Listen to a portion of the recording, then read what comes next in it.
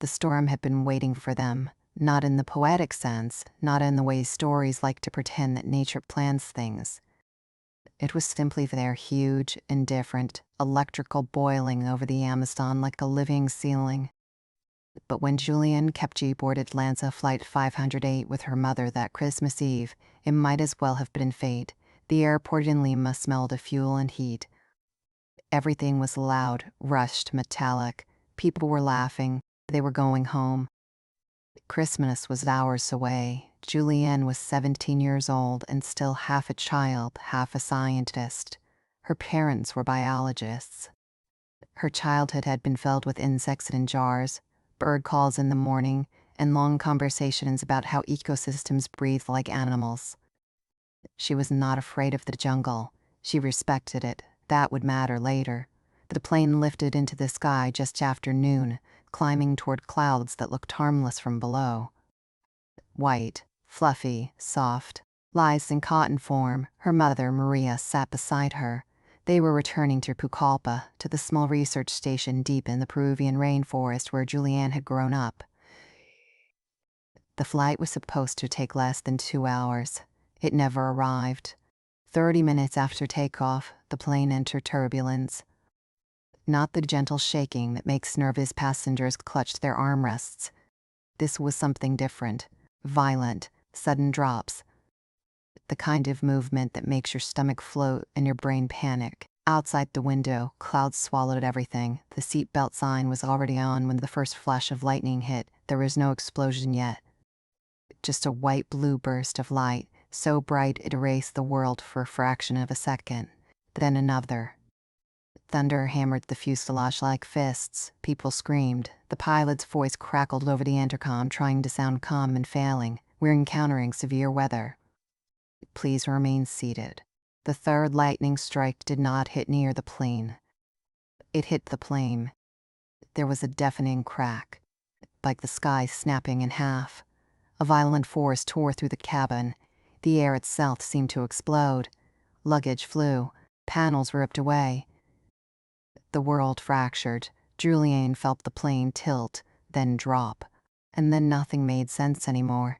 The aircraft was breaking apart in midair, not crashing. Breaking metal screamed. Wind roared into the cabin. Seats were ripped from the floor. The pressure difference turned the inside of the plane into a vacuum of chaos. Juliane was still strapped to her seat. Her mother was gone. 1 second Maria was beside her. The next, she was not. The wind took her. The sky swallowed her. Juliane did not have time to scream. The row of 3 seats, hers included, was torn from the aircraft and thrown into open air. Imagine falling not from a building, but from the sky itself. There was no ground. There was no horizon, only clouds, wind, and the endless green far below. Her brain shut down in self-defense. There was no fear, no thoughts. Just the sensation of acceleration, of being pulled downward by something too large to fight. The seat rotated as it fell. Trees rushed up like a living ocean, and then impact, not one impact, many. Branches, leaves, vines, thousands of small collisions tearing at her body, ripping at her clothes, slowing her just enough. The forest canopy acted like a net made of wood and green. Each layer absorbed a fraction of the force. Then the seat hit the ground. Silence. Juliane was alive. For several seconds, maybe minutes, she was not conscious of it. Her brain was floating in darkness, rebooting. When she opened her eyes, the world was sideways. The air smelled wet and rotten. Earth, leaves, blood. Her right eye was swollen shut. Pain pulsed through her body in slow, heavy waves. Her collarbone was broken. Her arm burned. Her leg throbbed. But she was breathing. She was breathing. Above her, towering trees blocked the sky. Sunlight filtered through in thin green beams. Insects buzzed. Somewhere, something screamed an animal, or maybe just the jungle itself. She was alone. The wreckage was gone. No plane, no bodies. Just endless forest. Juliane tried to move. Agony answered. Her first instinct was to call for her mother. "Mom?" Her voice was a whisper. No answer. She called again, louder this time. The jungle did not respond. Shock protected her from understanding what had happened. It was easier to believe they had landed somewhere strange. That help would come. That this was all a mistake.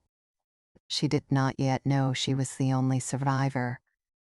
It took hours before she managed to unbuckle herself from the seat.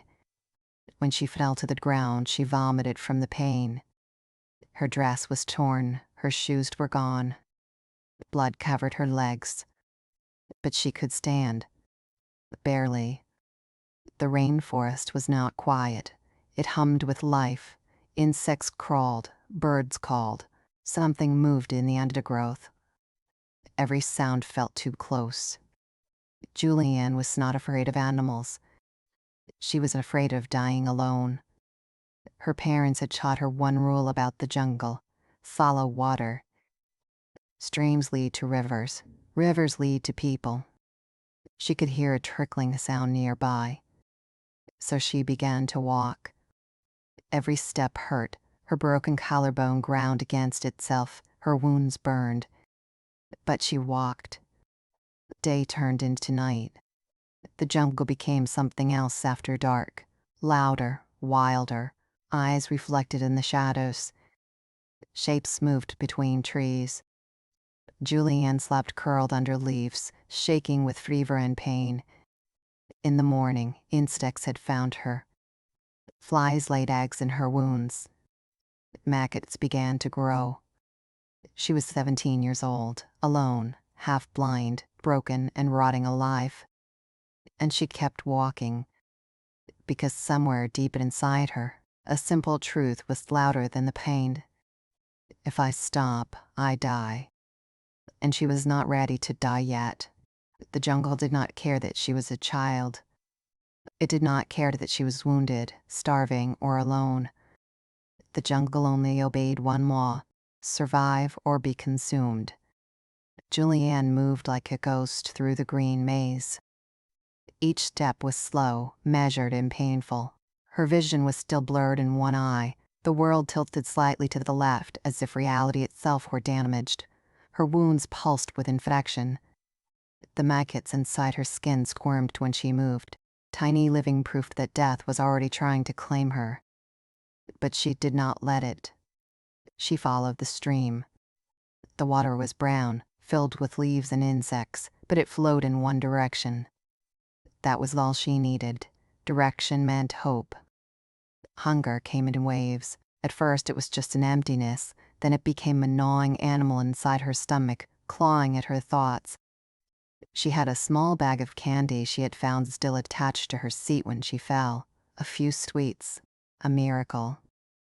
She rationed them, one piece at a time, letting the sugar dissolve on her tongue like borrowed life. At night, the cold sank into her bones. The rainforest may be hot by day, but darkness brings damp and chill. She shook with fever, her body fighting infection with everything it had left. Sometimes she heard voices. Her mother calling her name. She knew they were hallucinations, but that didn't make them weaker. Juliane, the voice would whisper. I'm here. And she would whisper back through cracked lips, I'm coming. Day after day she walked. Ovs. The jungle punished every mistake. She slipped and fell into mud. Ants bit her. Mosquitoes drank her blood. Her legs swelled. Her wounds smelled of decay. Still, she followed the water. On the 9th day, she collapsed. Her body simply stopped responding. She lay in the shallow stream, half submerged, too weak to lift her head. The water ran over her face, and for a moment she almost let it take her. It would have been so easy. Just close her mouth, let the river do the rest. But then she remembered something her father once said while studying insects in the rainforest. Life always wants to live, even when it's broken. So she crawled. 2 more days. 2 more nights. And then, through the trees, she saw something impossible. A roof. Wooden coasts. A small hut on the riverbank. It was not a dream. Juliane staggered forward, screaming for help, but no one answered. The place was empty. It belonged to loggers or hunters who were gone. Inside, she found a motor, tools, and something that saved her life, a container of gasoline. She knew what to do. The maggots in her wounds were eating her alive. They had to go. With shaking hands, she poured gasoline into the open flesh of her arm and shoulder. The pain was beyond anything she had felt before. Her scream was not human, but the maggots crawled out. She collapsed onto the floor and passed out. When she woke up, men were standing over her. Real men. Real voices. She tried to speak but could only cry. They carried her by boat to the nearest village. From there, she was taken to a hospital. Doctors stared at her in disbelief. "You fell from a plane?" one asked. She nodded. They called her a miracle. But Juliane never liked that word. She did not survive because of magic. She survived because she did not give up. Years later, she would return to the jungle not to relive her trauma, but to study it. She became a biologist, just like her parents. She even visited the crash site, not to mourn, but to understand. Her mother's body was found years later. Juliane did not fear the sky. She respected it, because she knew something most people never will. You do not need wings to fall. You only need gravity. And you do not need luck to survive. You need will.